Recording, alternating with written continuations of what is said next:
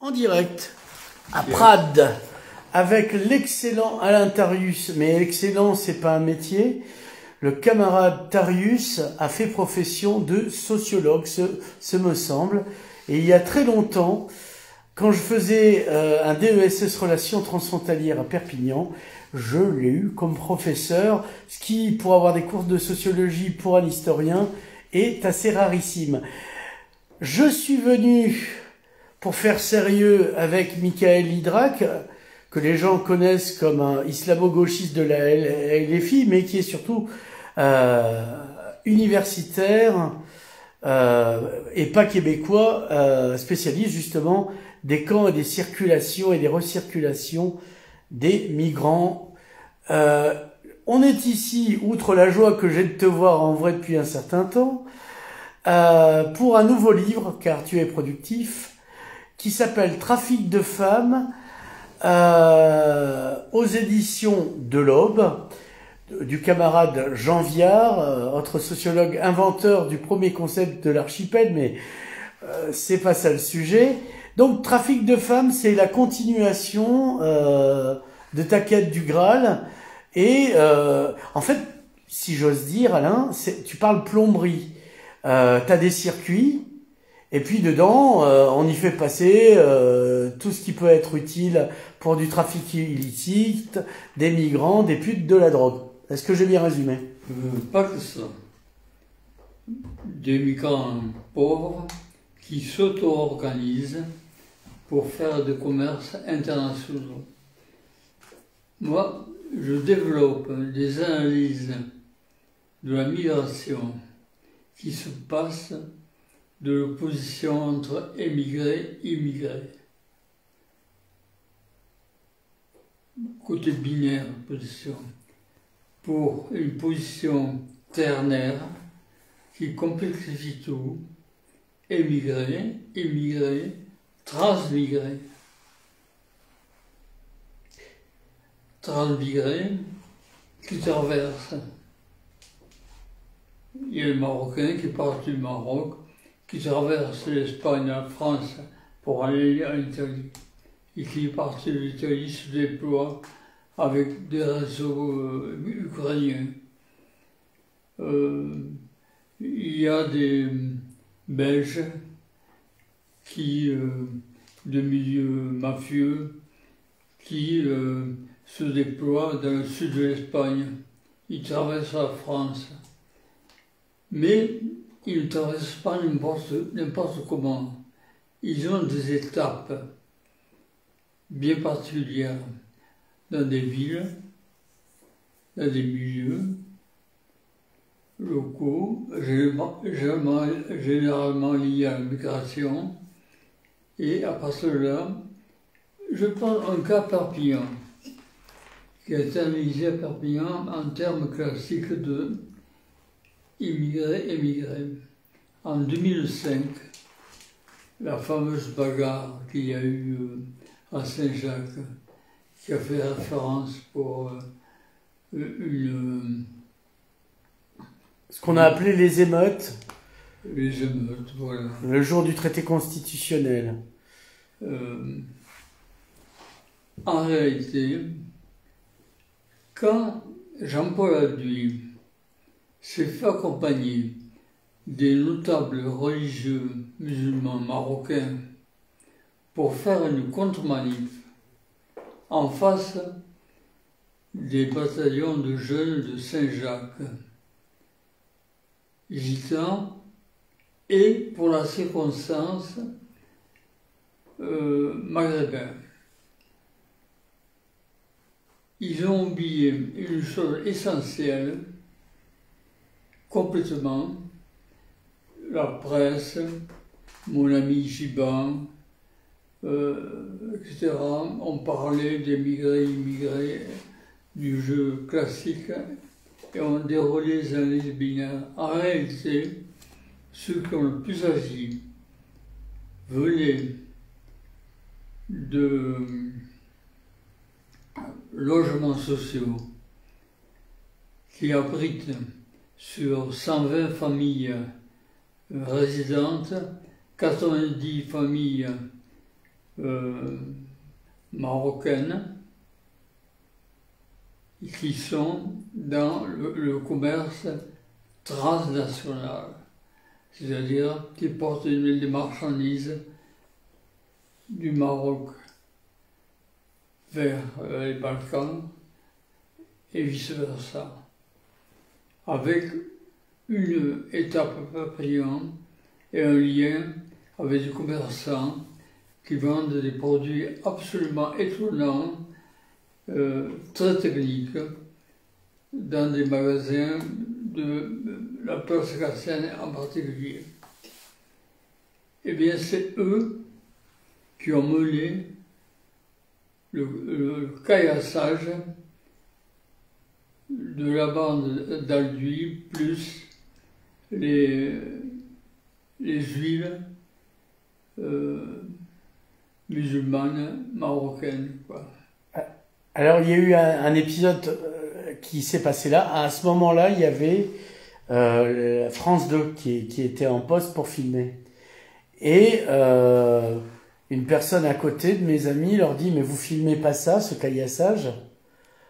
Et là, ils disent « Ah ben non, ça mettrait le feu aux poudres. » Voilà, c'est tout. Donc, la suite... La suite, c'est que à Perpignan, que tu parles des gitans, de quelques minorités, entre guillemets, culturelles que ce soit, des Marocains, Algériens, de mes Arabes, de mes musulmans, comme disent les politiques, etc. Si tu n'intègres pas le transmigrant, ceux de passage qui passent de la richesse importante, de Koweït à Espagne, par exemple, avec une halte à Nîmes, une halte à Perpignan, une halte résidentielle et une halte nécessaire pour les transportages de produits, quoi. Et notamment l'embrayage avec un circuit Andorre pour le fric, un circuit Sige pour les activités nordiques, belges, hollandaises, tout ça, qui ont un rapport avec la pédophilie en particulier, et une voie évidemment la Juncker avec le passage des femmes, quoi. Alors, tu vas aussi bien dans ces réseaux transversaux, tu vas aussi bien des commerçants mafieux, des commerçants absolument rigides sur les règles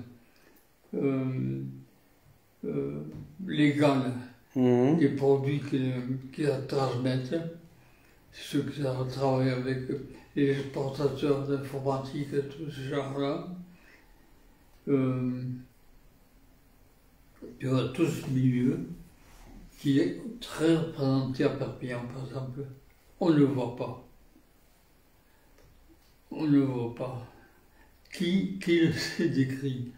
À part Tarius. On ne le voit pas. Ouais, on sait que là-bas, il y a 120 familles, il y a 80 camions.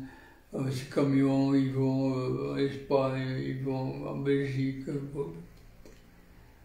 C'est à peu près ça, quoi. C'est tout. Mais ces 120, en réalité, ils dirigent tout le devenir des jeunes des différentes autres communautés présentes. Un gosse de 18 ans d'origine marocaine qui se sent mal à l'aise à Perpignan, qui n'a pas envie d'y rester, quoi. Tout ça, il va rentrer dans ces réseaux, quoi.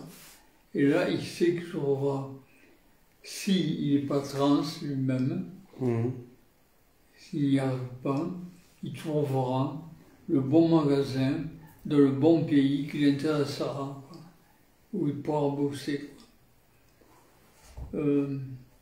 C'est beaucoup plus important que ce que l'on décrit quand on décrit l'enfermement de Saint-Jacques ou l'enfermement des Maghrébins, la soumission aux religieux marocains, etc. Donc, troisième élément de la réflexion, ni immigré, transmigré. Oublié généralement. Moi, je l'active. De plus en plus de chercheurs l'activent maintenant. La dimension, les trois dimensions ternaires, dont la croix en particulier. On a travaillé ensemble avec la croix, on s'entend très bien.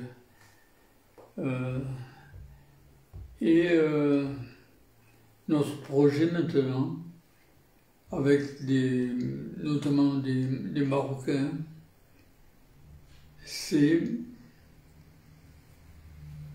qu'ils viennent de lancer une revue qui s'appelle Afrique, entre guillemets, S, en mouvement, au pluriel. Ils en sont entre le numéro. Nous allons lancer le numéro. On a répertorié une vingtaine de chercheurs, généralement d'assez jeunes chercheurs, dans ton genre, qui renouvellent l'analyse des migrations en d'autres termes et le truc étatique, quoi, politique français. Et on va lancer un numéro là-dessus qui va être repris par la Rémi, par d'autres comme ça, quoi. Et il sort quand? Qu'on puisse l'acheter dans tous les bons kiosques et autres boulangeries? L'appel d'offres, il est fait en décembre. L'appel à l'article. En fait, on va demander des articles de 5 à 10 pages maximum. Et on a déjà répertorié une quinzaine de sociaux particulièrement concernés par ces problématiques. Au Maroc, il y a Mehdi Aliwa, je ne sais pas quoi. Ah oui, non. Il n'y a pas Charlotte Vampo, peut-être? Qui? Charlotte Vampo. Oui, elle fait sur les femmes entrepreneuses au Togo, je crois, elle a travaillé. Voilà. Ouais. Sophie Bava aussi. Sarah Demar. C'est pas grave, on est toujours en direct. Il n'y a pas d'attentat. Ah, mais ça suffit. Le professionnalisme, c'est tout ce que c'était. Second point intéressant de l'étude, le chercheur c'est pas explique vrai. le trop plein d'émotions quand on dit...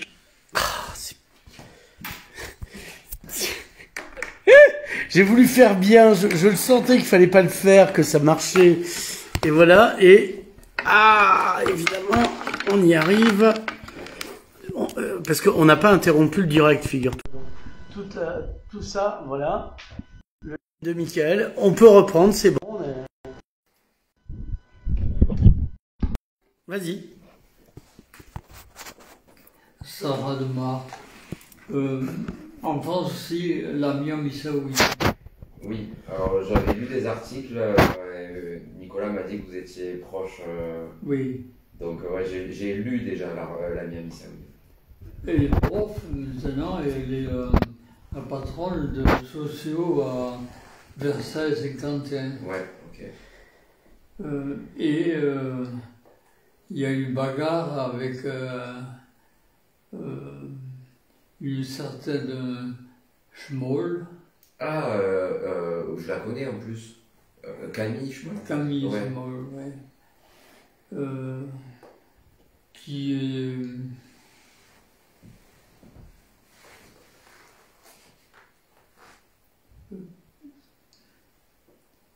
plus que problématique, quoi. D'accord.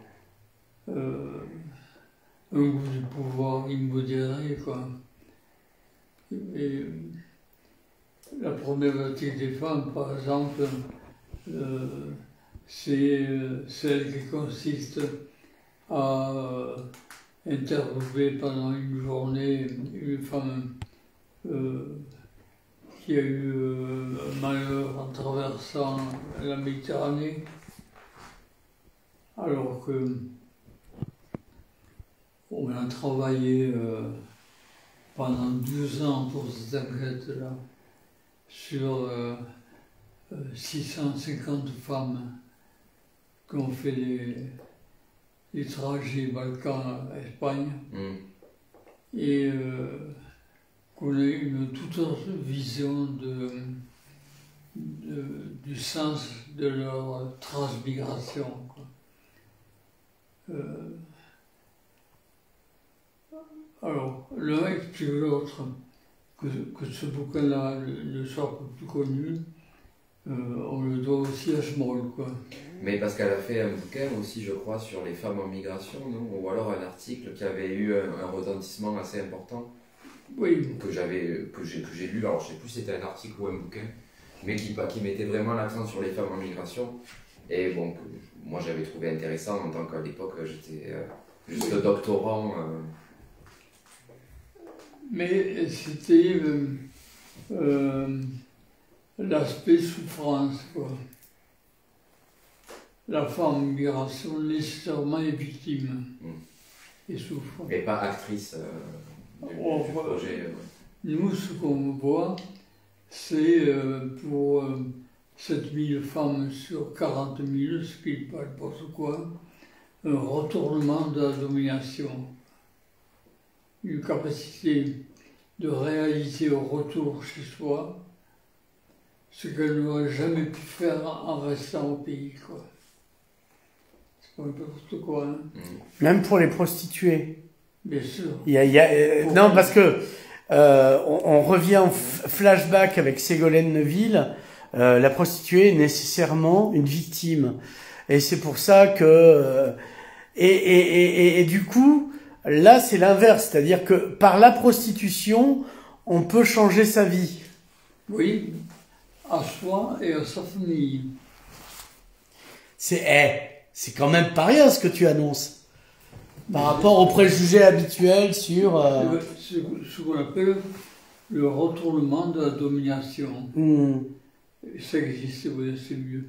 Une enquête a été faite à Perpignan avec l'aide de Neuville par des personnes de Perpignan. Moi, j'appelais ça une zoométhodologie. C'est-à-dire, les enquêteurs ne parlent jamais avec les prostituées, quoi. Comme si les prostituées étaient pas des femmes qui ont des choses à dire, vachement de choses, quoi, sur elles-mêmes, leur projet, leur désir de retour. Pour avoir lu le rapport, elle part du fait que les femmes sont victimes, le classique, quoi, et que finalement elles sont trop aliénées pour dire le vrai à propos d'elles-mêmes. Voilà. Comme un poilu pourrait pas parler de la guerre 14. Ouais. Après, l'angle des migrations de retour, il est assez peu souvent choisi, j'ai l'impression, c'est assez peu étudié, non, les migrations de retour. Oui. J'ai souvenir d'un numéro de la Rémi consacré à ça, il y a quelques années, là, que j'avais lu aussi, pareil, quand j'étais en thèse. Mais bon, c'était bien d'avoir tout condensé, parce que quand on cherche des choses sur les migrations de retour, ben, il y en a finalement assez peu. Ouais. Non, c'était une remarque. Non, mais c'est bien, je veux dire, tu as droit.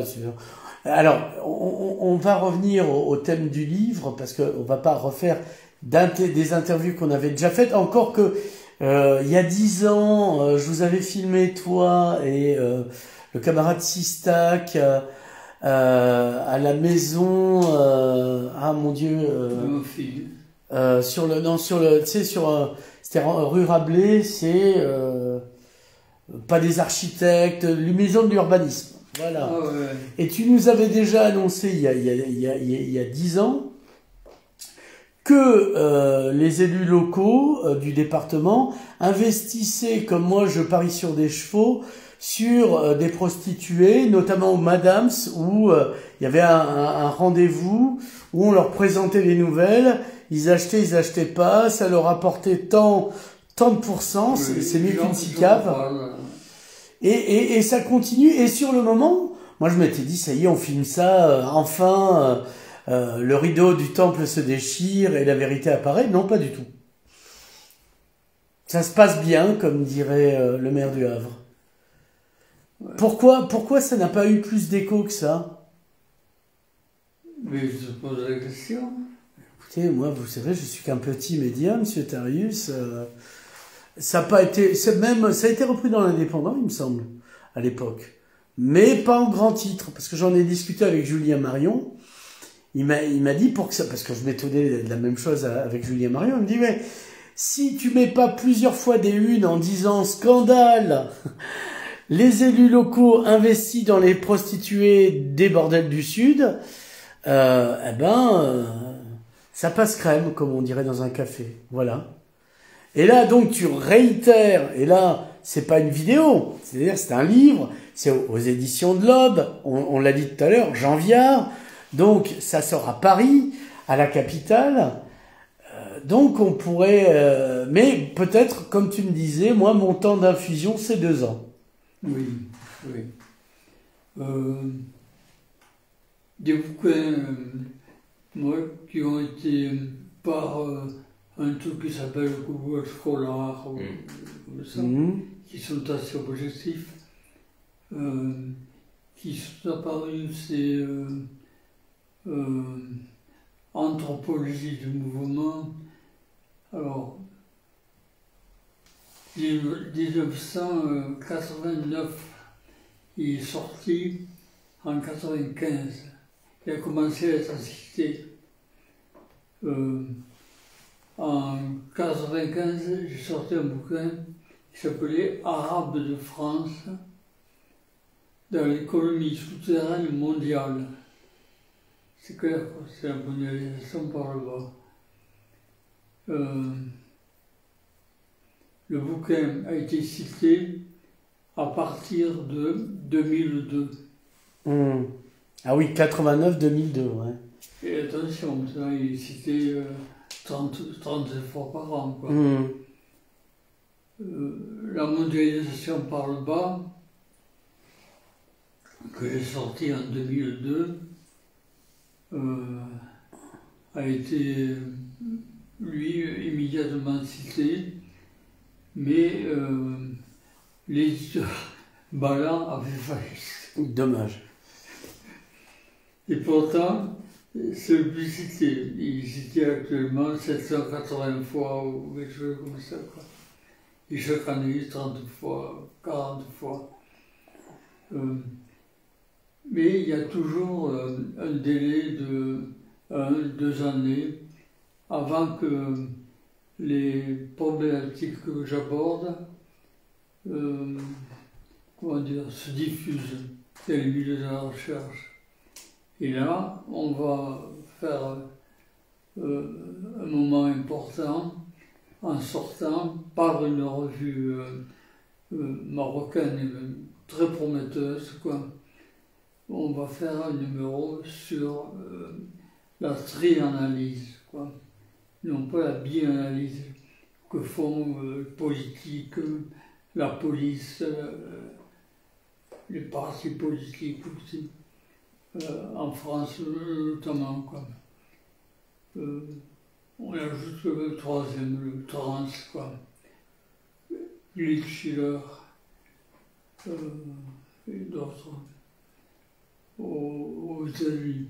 Moi, parmi les... il y a un truc qui s'appelle Academia Edu.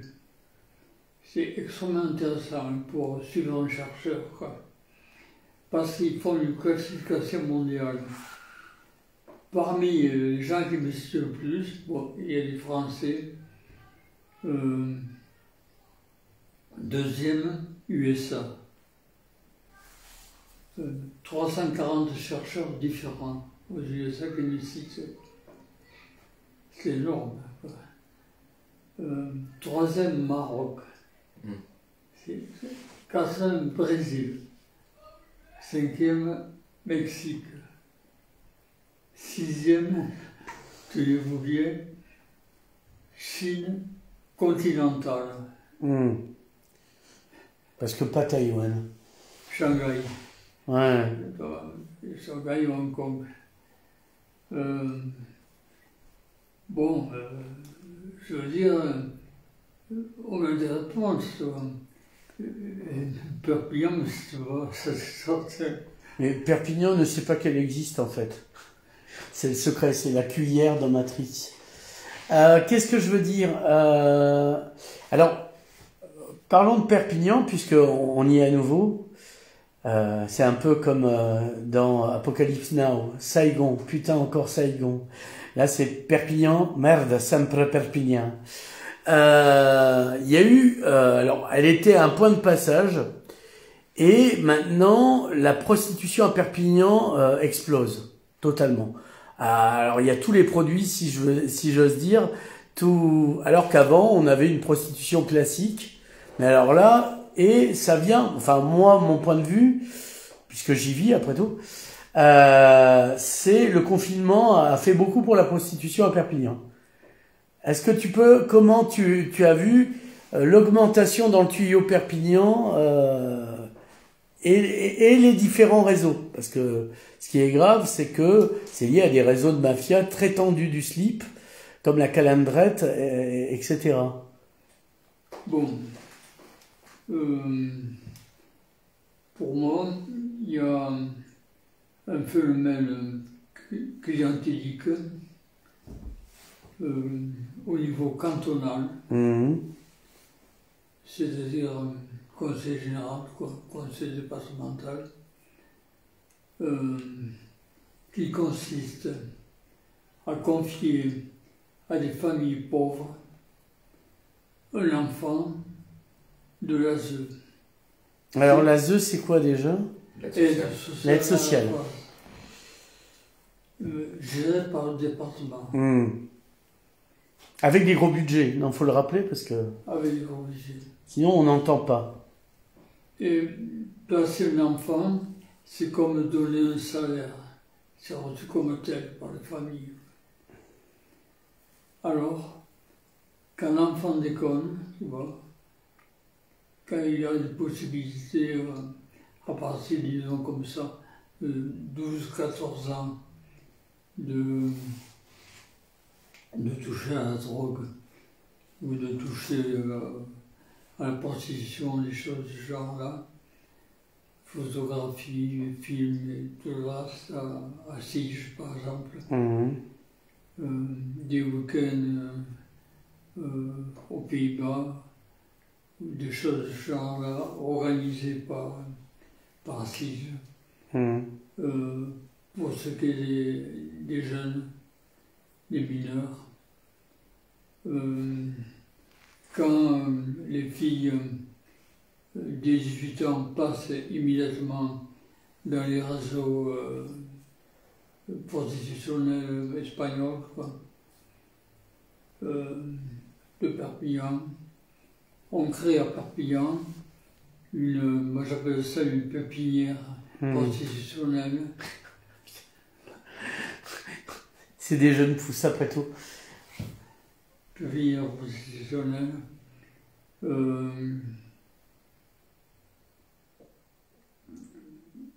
D'un fort rapport financier et qui entretient une petite branche du recrutement général de prostituées EES et espagnoles.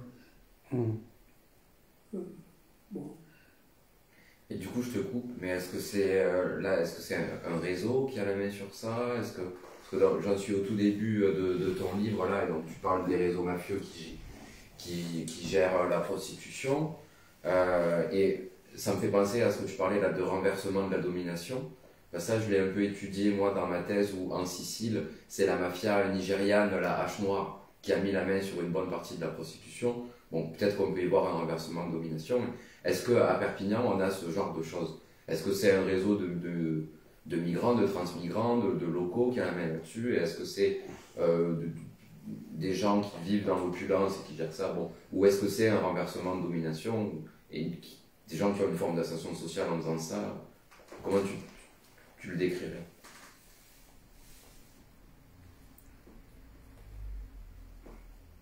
Le renversement de domination, il existe pour ceux ou celles qui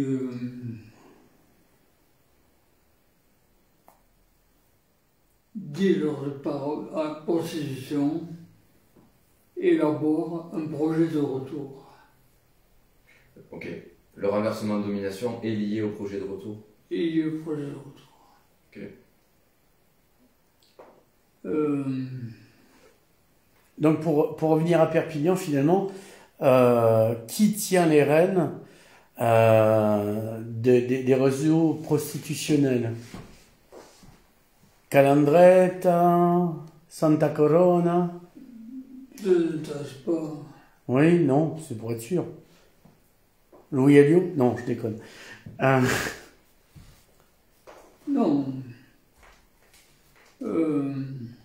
Si c'est tenu. Ou si c'est de l'auto-entrepreneuriat. Il faudrait que tu parles avec un chercheur fort intéressant dans ce domaine.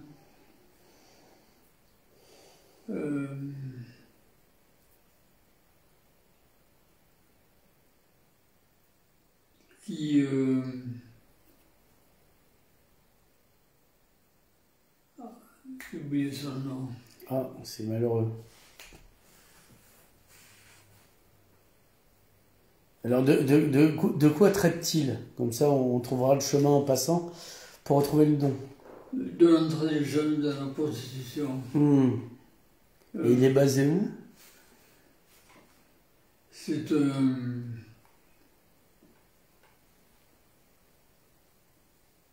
il travaille par intermittence dans des facs parisiennes. C'est pas Olivier Perrou? Olivier Perrou? Non. Il a été proche un moment de Westerlang. Westerlang, il est à Toulouse. Je connais pas.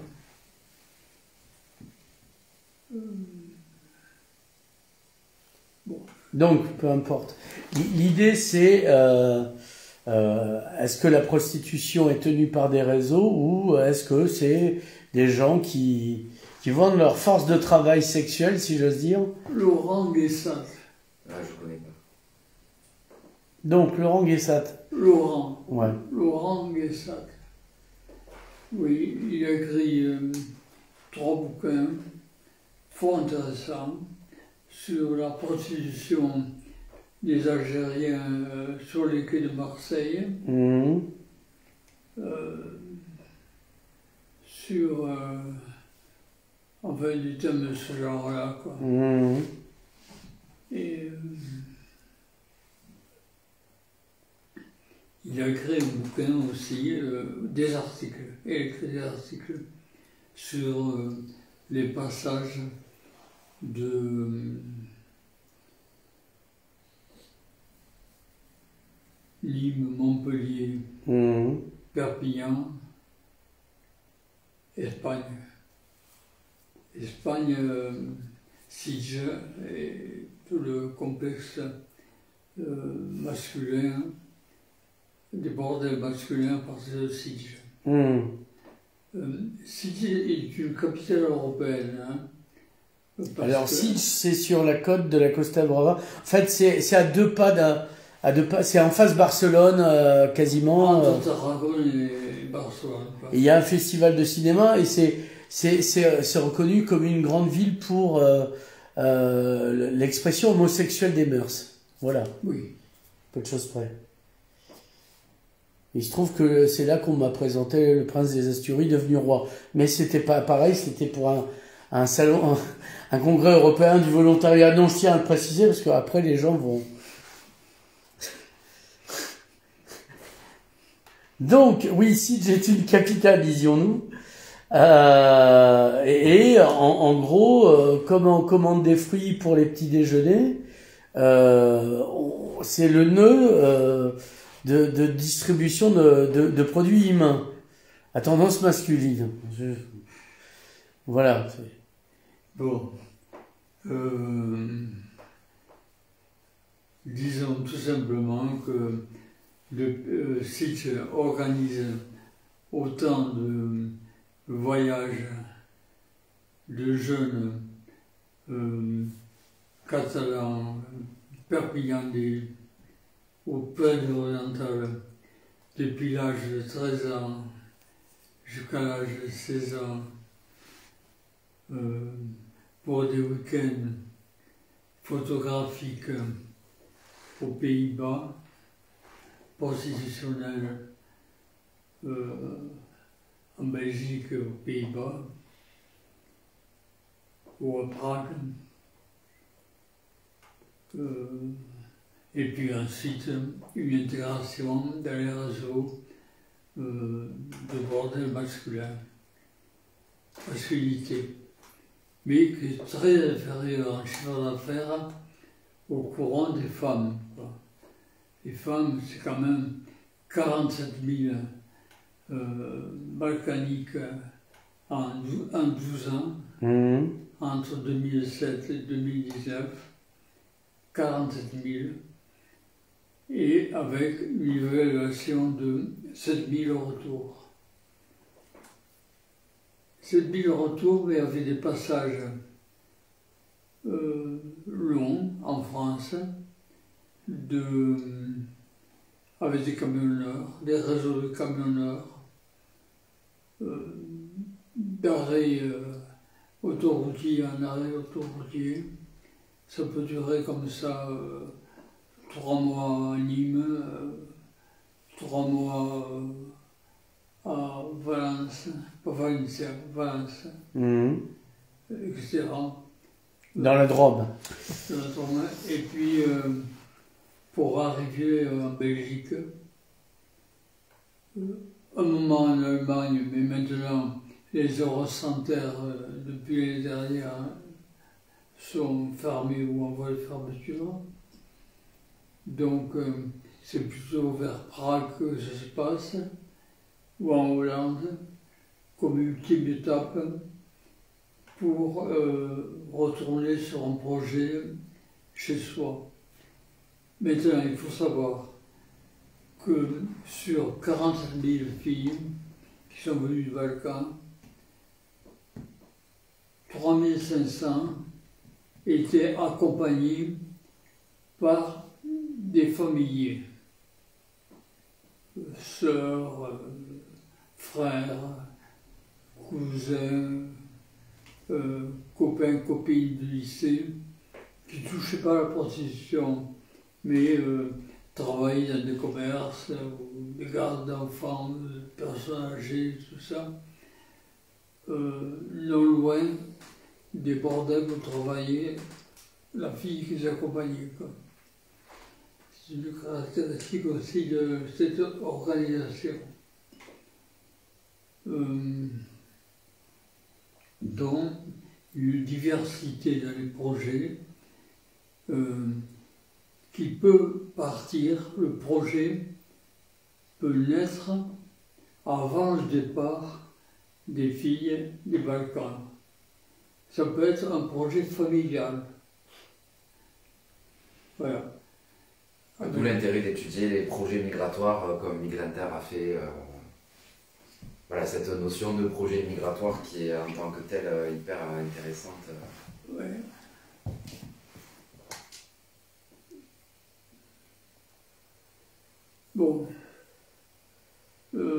Ceci étant dit, migrataire, c'est quand même une domination de géographes.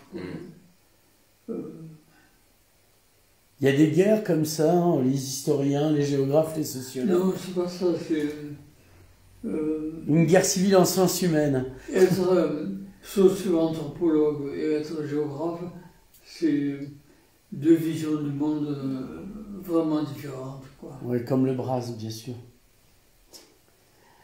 D'accord, alors on revient, et en fait, Perpignan, ou les lieux où se passe le flux, parce que finalement, c'est terrible à dire, c'est de la souffrance humaine, etc., mais c'est du flux. Si on regarde ça froidement, analytiquement, comme il y a des flux qui passent dans les ordinateurs, etc., il y a des datas, c'est des datas ou d'autres marchandises. Finalement, comment les points de concentration, qu'on appelle les villes, comme Perpignan, gèrent ça? Ou elles gèrent rien, ça passe, il n'y a pas de barrage, il n'y a pas de turbine électrique pour capter le flux. C'est multigéré. Moi, mes premières approches, c'était des exportateurs de produits électroniques du sud-est asiatique, c'est-à-dire tous les pays qui entourent la Chine, inclus Hong Kong à l'époque,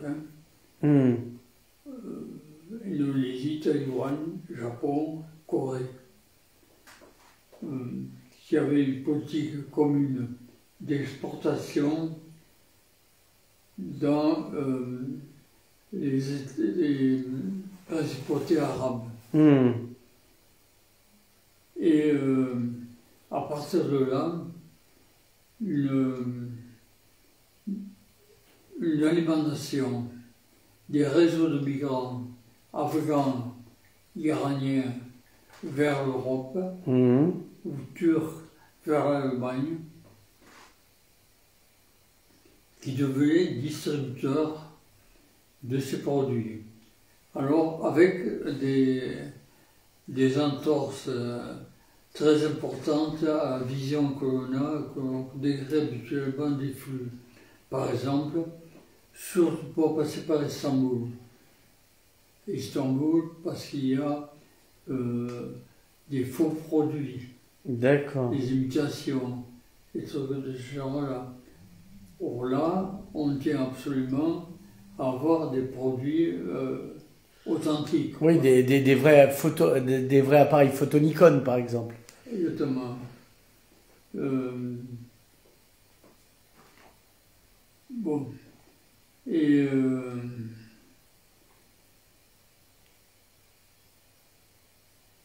les distributions sont très contrôlées. Par ce qu'on appelle des notaires informels. C'est-à-dire généralement des commerçants marocains qui ont réussi dans telle ville et qui possèdent un commerce et qui sont moralement estimés, quoi. C'est des gens qui ne trompent pas. Et ils vont contrôler la nature des flux et le fait qu'ils ne passent pas d'armes, ils ne passent pas de produits... des drogues, des choses comme ça. Ce qui passe est susceptible d'amende douanière. Mais pas illicite au sens pénal. Voilà, exactement. Alors ça, c'est un principe de réseau. C'est ce que j'appelais la mondialisation par le bas. Parce que c'est une forme de mondialisation. Ce que tu appelles le pour-tout-pour.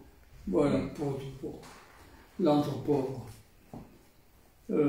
Et puis, se sont greffés là-dessus d'autres formes.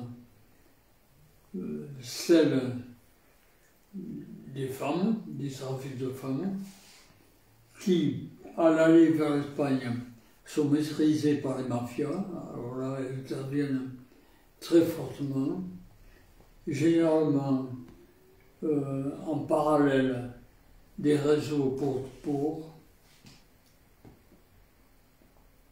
ce qui est des accompagnements ou de certains lieux d'arrêt de préparation des femmes, quoi, avant d'arriver en Espagne.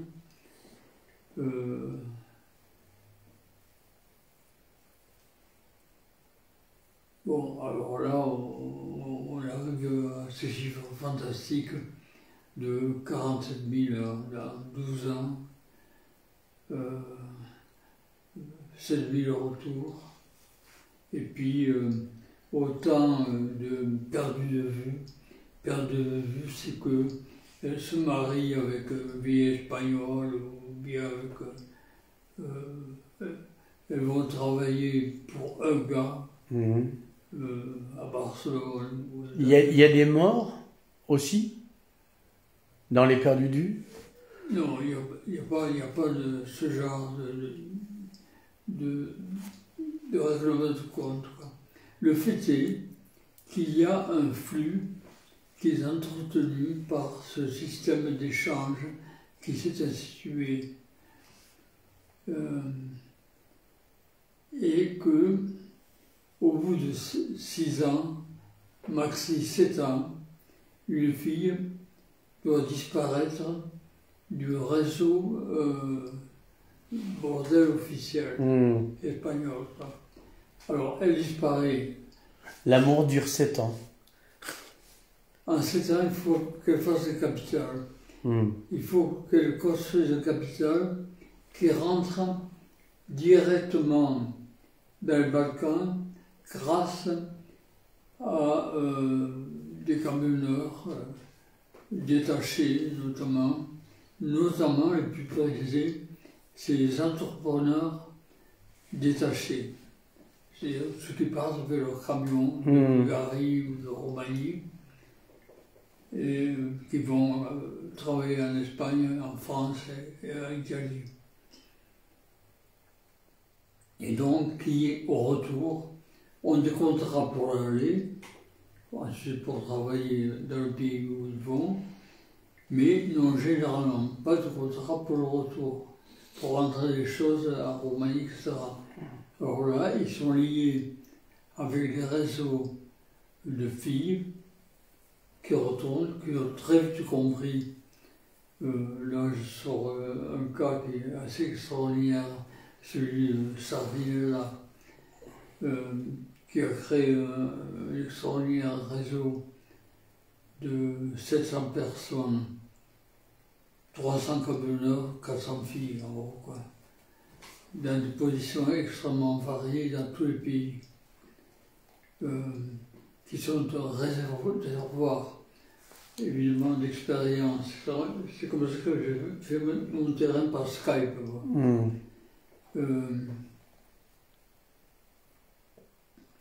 Mais qui organise, dont la vocation est d'organiser le retour, de l'organiser en se débarrassant des mafias.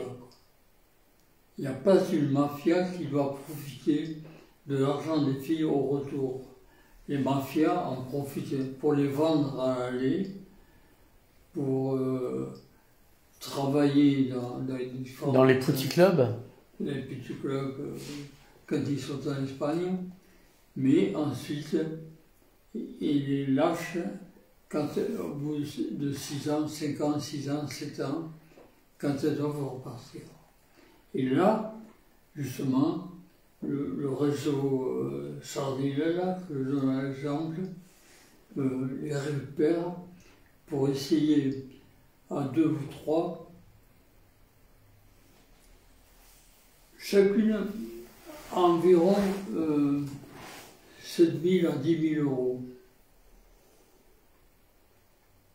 Mais en valeur d'usage, ce qu'il faut bien comprendre, c'est que quand tu pars d'Espagne ou de France ou d'Italie avec 10 000 euros, dans ton pays à l'est de l'Europe, ça correspond en valeur qu'on appelle d'usage, faire travailler des ouvriers, acheter des terres, des maisons, des trucs comme ça, correspond à 3 ou 4 fois la valeur. D'accord, la mise. C'est-à-dire que 10 000 euros. Par rapport au coût de la vie en Europe et au coût de la vie dans les Balkans, Oui. eh ben, le coût de la vie est 4 fois moins cher dans les Balkans, ce qui fait qu'avec 10 000, ça vaut 40 000 là-bas. Ça vaut 40 000 euros, quoi. Alors, ça se met à 3 ou 4, évidemment, ça leur permet de faire des choses fantastiques. Quoi. Et ces choses fantastiques, ça nourrit ce fameux retournement, quoi. C'est-à-dire, ces filles, elles deviennent celles qui non seulement est sorties de la condition première qu'elles avaient, Oui, de mais pauvres. à sortir la famille Ouais, de la même condition. d'accord. Bon, La rédemption par la prostitution et le retour à la maison. on peut dire comme ça. Marie-Madeleine, premier exemple. Dans des termes religieux. Bon. Donc, elles reviennent et deviennent des femmes honnêtes, voire, comme dirait Léa Salamé, des femmes puissantes. Mais quand est-ce qu'elles n'ont pas été honnêtes? Bon, moi, tu sais, je suis un catholique traditionnaliste et j'ai un certain regard sur la femme. Oui, j'ai compris, rédemption, bien sûr. Oui. Mais donc voilà. Non, mais c'est parce que je reviens au discours sur la prostitution qui est le discours qu'avait Ségolène Neuville quand elle manifestait au Pertus contre les bordels de la Jonquière. C'était elles sont victimes, elles sont victimes, elles sont victimes, elles sont pas du tout. C'est pas drôle tous les jours, mais elles s'en sortent mieux que Fantine dans Les Misérables finalement. Non seulement elles perdent pas leurs cheveux ni leurs dents, mais elles éduquent dans les grandes écoles leurs enfants avec les économies qu'elles ont réussi à réaliser. Tout à fait. Et tu sais, là, au Pertus, les filles avaient fait une barrière du côté espagnol et elles invitaient les manifestantes à venir travailler avec elles. Ouais. Les journaux n'ont pas beaucoup parlé de ça, quoi. Mais en fait, ça a été des rigolades incroyables de l'autre côté, quoi. Et surtout, au Pertus, ils ont emmerdé les vendeurs de tabac, Oui. les vendeurs de pastis, jamais les petits clubs, quoi, et leurs tenanciers russes. Et le garde du corps géorgien. C'est peut-être d'ailleurs pour ça qu'ils y sont pas allés, comme on dit, au contact, parce que bon, les Géorgiens mal informés, ça peut cogner. Complètement. Bon,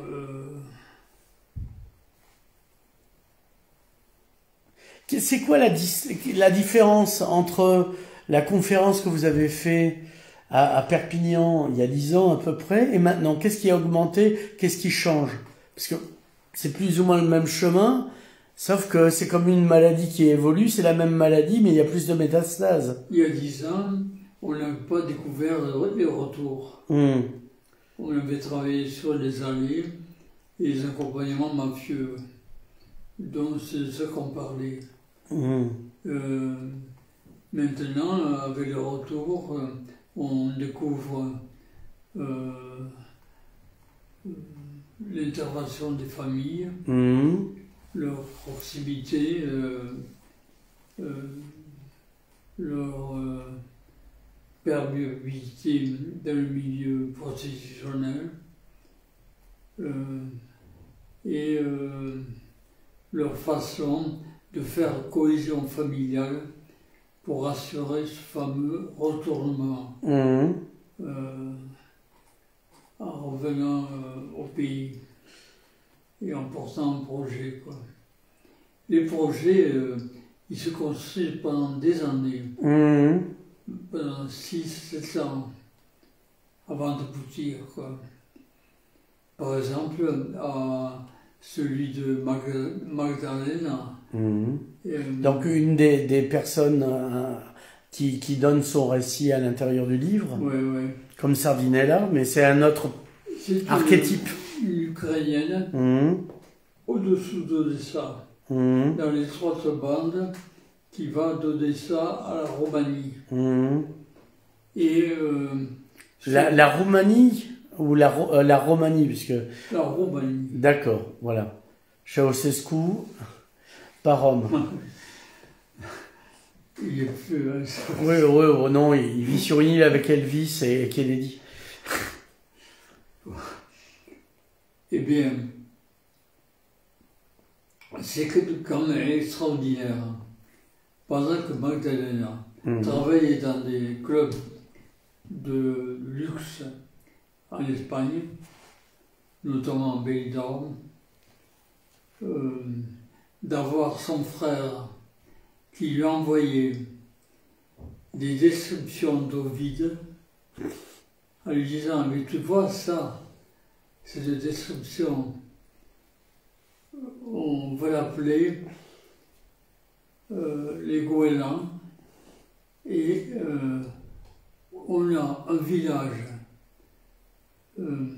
socialiste en Union soviétique qui est complètement à l'abandon, qu'on peut avoir pour 4 sous. Il nous faut, avec 20 000 euros en tout, on fait un lieu de luxe et on fait venir des touristes anglais, russes, etc. Enfin, des gens qui ont de l'argent pour payer. Voilà. Parce qu'on n'est pas raciste. Mais attention, la fille Magdalena était capable de se dire dans quel bouquin d'Ovide il y avait ces expressions et en quoi elles correspondaient au paysage qu'elle avait choisi, quoi. Non mais voilà, Oui, c'est... c'est pas des putains, quoi, c'est tout, elles ont cru et il n'y a que ça, quoi. Si les puces lisent Ovide, alors que les élus ne savent pas qui il est, tout fout le camp.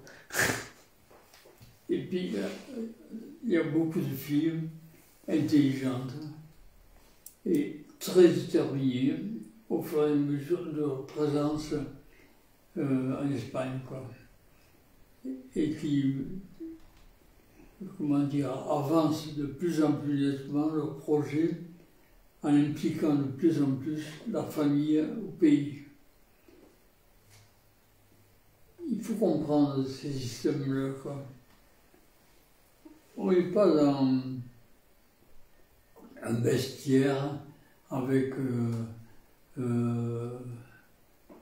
la SCO ou bien Dieppe, une mafia comme ça qui attrape les filles par paquet, les revend par paquet. Ouais, j'ai vu des séries comme Engrenage qui parlaient de ça. Ça ne passe pas comme ça, pas du tout, quoi. Il y a une élaboration de projet qui passe au-dessus des formes que chaque pays attribue à la Constitution et qui correspondent vraiment à des retournements de situation personnelle et familiale. Alors c'est une autre vision, évidemment, de la procession, quoi, et de ses finalités. Donc c'est dur pour en parler désormais, de se comporter en bonne sœur de charité. On va plus pouvoir tricoter à nos prostituées des pulls comme à nos pauvres avant, quoi, pour qu'on les repère dans la multitude. C'est intéressant. Alain Tarius, on est plus vers la fin de l'interview que vers le début. Quelle chose tu souhaiterais nous dire avant qu'on termine, qui serait essentiel de dire que sinon, finalement, cette interview aurait une innocuité absolue si on ne terminait pas là-dessus. Mais c'est que tu penses à quelque chose en me disant ça. Dans l'absolu, non, mais dans le détail, sûrement. Mais je vois que tu as pensé à ce que j'aurais pu penser que... Vas-y, exprime-toi. On fera une présentation en mars dans le département. Là, on n'a pas encore le lieu. On sait que ce sera pas au mémorial de Rivesaltes. L'idée, c'est... est-ce que tu l'as envoyé, outre à des journalistes, à des politiques? Parce que moi, ça me semble un peu essentiel, cette histoire. Pour que ça n'attende pas les fameux 2 ans d'infusion pour qu'ils réagissent. Parce que là, par exemple, on a l'histoire de l'Ocean Viking. Ça participe de ton travail, de la compréhension. On comprendrait mieux l'histoire de l'Ocean Viking en lisant ton travail, etc. Voilà, est-ce que les politiques... Alors, j'ai cru voir que le maire de Prades s'était intéressé à ton travail à un certain temps. Maintenant, il est directeur de la RATP. Est-ce que tu auras un pass Indigo?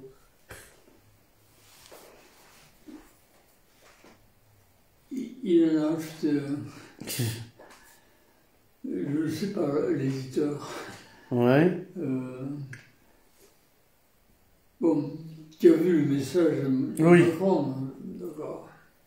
Donc, avec ton camarade Vivorca, qui est conseiller du président pour les sciences humaines, c'est le monsieur qui a la moustache des Dupont et Dupont. Mais est-ce que ça les fait réagir? C'est-à-dire que quand bien même ça leur échoit, et on sait, tu nous as dit que Jean Castex, Premier ministre, avait accès à ton travail, est-ce que ça lui a donné prétexte à de bonnes réactions? Parce que dans le fond, que tu écrives, que tu fasses une bonne description, mais si à la fin, comme dirait mon père, on est face à la mer, on entend que le cri des mouettes, ce qui est intéressant, c'est déjà tu as fait l'essentiel, tu as fait une bonne description du réel. Maintenant, comment ils s'en emparent pour changer ce réel, pour améliorer les conditions et des Français et des gens qui sont dans le flux de la France. C'est ça le fond du truc. Lui, l'utilisation du politique, quoi. Moi, j'ai aucune affinité pour le courant macronien ou Castex, c'est comme ça, quoi. Il trouvait un intérêt pour dézinguer le socialisme Mou. à l'Occitane. Ouais, le socialisme à l'Occitane, c'est bien, c'est un beau livre. Oui, d'accord. Bien, alors, est-ce que tu l'as apporté qu'on puisse le montrer à la caméra, le livre? Le dernier, Trafic de femmes. Ouais. Sinon, je vais demander à mon assistant, à Atso Hydrac. Donc, Alain Tarius, Trafic de femmes, au cœur de l'Europe, aller-retour entre les Balkans et l'Espagne. Édition de l'Aube, du camarade Jean Viard. N'oubliez pas, c'est à voir. Et donc, nous, en mars, on fera une conférence dans les Pyrénées-Orientales. D'ici là, on vous dira où. Merci Alain Tarius, merci Michael Hydrac.